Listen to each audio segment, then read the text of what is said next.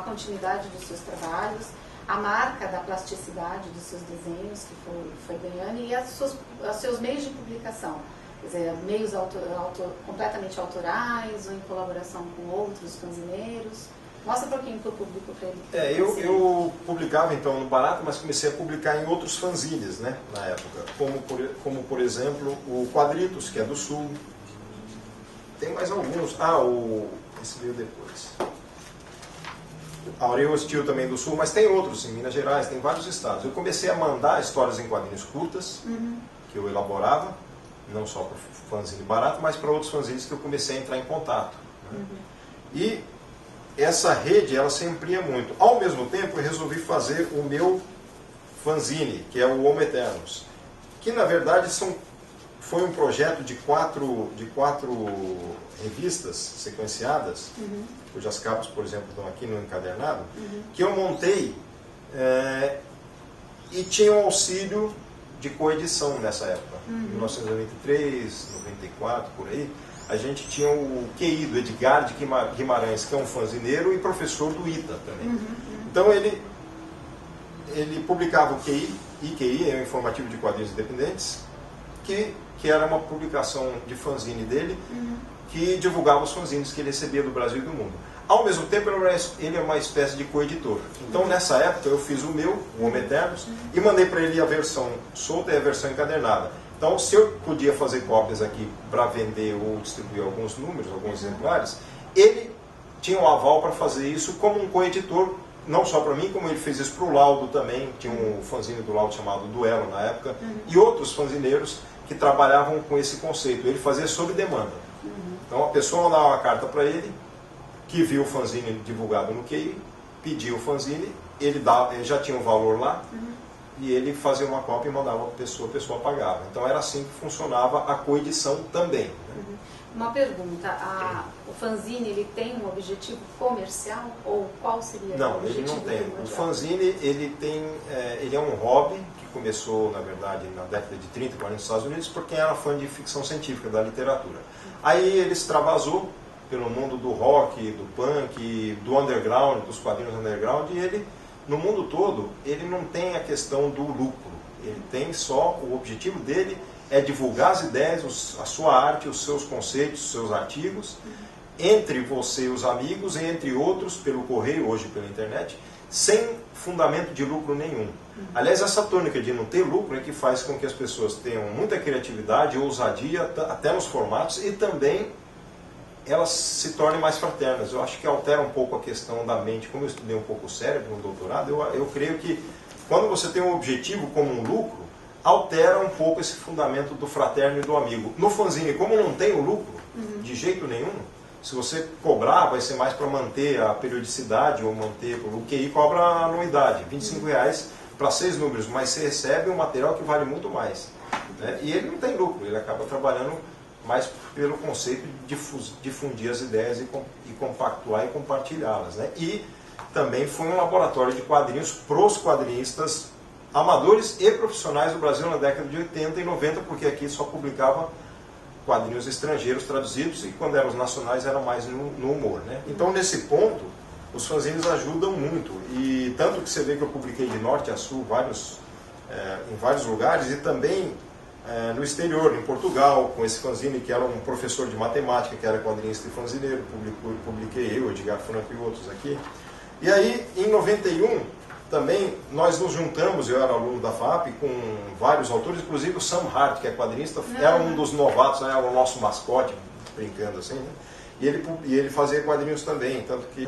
E a gente acabou ganhando um prêmio, que era a primeira Bienal do Rio de HQ, em 91, como melhor fanzine. Era o nosso fanzine e um outro. E aí entrou em verba, e a verba serviu para um segundo número com capa colorida. Né? Então foi essa primeira questão importante do fanzinato comigo, que é ser premiado sem a gente ter tido essa intenção, tudo, porque a gente montou o fanzine. Né? E acaba incentivando outras pessoas a também... E até hoje em dia tem premiação de fanzine, tanto no Angelo Agostini como no HQ Mix. Né? E publiquei também, além de Portugal, nesse fanzine, que é de um francês que também é brasileiro, é o Eduardo Barbier Pinto. Ele é francês, mas ele fala português, um dos pais é brasileiro, ele mora lá na França, em Nice. ou perto de Nice, eu não lembro agora a cidade. E aí ele publicou vários autores de vários países. Inclusive aqui tem uma HQ minha colorida, que é a Retorno Evolutivo, traduzida também. Na verdade até em dupla legendagem, a minha original e a em francês. E colorida pelo Jorge Delbento, que é um amigo de Goiânia. Então ele publicou, é um fanzine melhor acabado, né? Assim, melhor graficamente, o papel e tudo, porque na França eles tinham mais verba que a gente para isso. Hoje em dia no Brasil, depois do Quarto Mundo e tudo mais, está cheio de fanzines com qualidade excelente. Tem inclusive editores, né, que acabam publicando uma compilação de produções em fanzine. Sim, a compilação, isso. Você fala assim por o Grapress? Eu conheço a do Fábio Moon e do Gabriel Bach. Eles fizeram um chamado Os 10 Pãezinhos, que era um fanzine e que depois virou um álbum. Aí sim, aí virou um álbum. Aí já é uma editora comercial, mas a premissa eram os fanzines. Então, dos fanzines ele acabou sendo publicado por uma editora, que é muito interessante. E lá eles mostram todo esse processo, né? Desde o momento que eles começaram a entrar nos fanzines. Sim. E era bem xerocado. Eu tenho uns exemplares. É xerocado mesmo, é bem um fanzine mesmo. É isso. E esse, por exemplo, que já é um fanzine mais um material melhor, que é do Matheus Moura, agora é orientando do Edgar doutorado lá em Goiás. Mas ele é roteirista de quadrinhos também, e ele publica fanzines um pouco diferentes, com conteúdo mais filosófico, mais reflexivo, como fez também o Henrique Magalhães, numa época com essa revista Mandala, que publicava os quadrinistas poéticos, né? E a gente acabou se tornando quadrinistas de uma linha poético-filosófica justamente porque a gente tinha a liberdade de produzir quadrinhos como laboratório nos fanzines, porque ninguém tinha exigência nenhuma nos fanzines.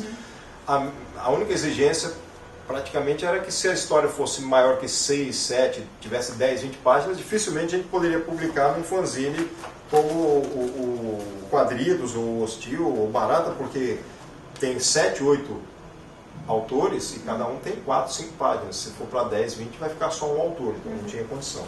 E eu publiquei com o Edgar Franco em 1994 esse fanzine em dueto, né? Que é o Irmão Siameses, com histórias minhas e dele pela proximidade dos temas. E por aí vai, tem muitos fanzines interessantes. Agora, indo para uma abordagem de fanzines que eu não... essa aqui eu ainda publica histórias minhas, porque é do Ídio, ele é professor da UFSCar, Federal de São Carlos, e ele tem esse projeto com os alunos dele de licenciatura em Biologia. Então é Gibiozine, Gibi com Biologia e fanzine, e ele foi fanzineiro. Então tem o Edgar Franco, tem o saudoso professor Elídio nesse número, né? Então tem vários, e os alunos dele.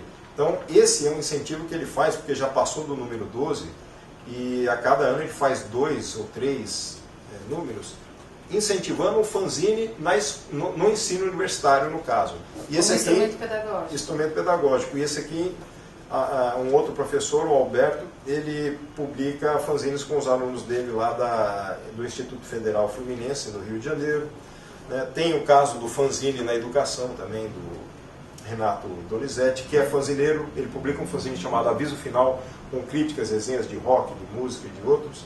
E ele fez um livro, que é esse aqui, da editora Marca de Fantasia, a mesma do fanzine, esse que eu mostrei agora, Mandala, né? Essa revista já não tem mais. Mas é a mesma, editora Marca de Fantasia, e ele mostra como que didaticamente você pode aplicar os fanzines como apostilas suas, como professor, para entregar para os alunos. Ele faz em forma de fanzines. Tem o caso da Renata também, depois ela pode explicar melhor, que é o fanzine Pedagogine, que ela aplica com os alunos de pedagogia do curso universitário, né? Até ela trabalha conceitos interdisciplinares e também um pouco da questão de você ter uma liberdade maior de formatação nos fanzines, de brincar com as páginas e tudo mais, ainda fazendo uma capa em tecido. E outros que são artísticos, em essência, que podem até ser expostos, e ela fez isso, exposição numa pequena galeria de arte lá na Federal de Goiás. É uma aluna da Federal de Goiás e tem os fanzines artísticos em formatos A3, mas que ela faz a intervenção com papéis diferentes e ela intervém em alguns nas cópias, tornando-os até como, embora tenha algumas cópias dos exemplares, como fanzines de tiragem cujo cada é limitado e cada exemplar é uma espécie de quase original, digamos assim, né? Outros como esse aqui, um grupo de alunos que eu tive lá na faculdade de coleciono, na FIG Uninesp, que era o coletivo Lapanela, participei com eles também, eles faziam o próprio envelope já tendo já tem um trabalho artístico. Carimbo, não é um carimbo, é um grafite, isso aqui não é um grafite, é uma máscara que eles fazem, né, de grafite, e eles aplicam no próprio envelope com carimbo para envio.